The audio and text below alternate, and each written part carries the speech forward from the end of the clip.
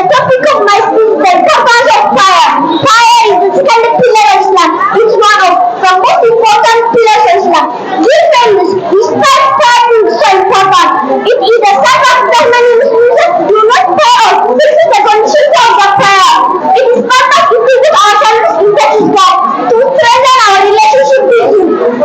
To be grateful for all blessings and remind ourselves of them just as the very Prophet Islam said as to the daughter. The soul of faith and the service of the soul are provided by acts of worship and most important. And this is prayer, it is that the presence of a person is getting better praise in the world. يا أيها الذين آمنوا استجيبوا لله وللرسول إذا دعاكم لما يحييكم. Please follow the command that is written. When calling to God, this is why. Dear friends, through prayer, we are able to connect them. We are not adequate for prayer. As for now, it is reflected from the eye. We want to begin the connections and we set down our work and we know how we are.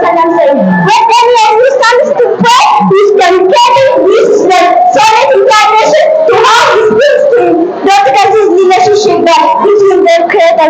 Prayer is Salah is the second pillar of Islam. And the daily education up to Muslims about Matthew 8. Salah prays in the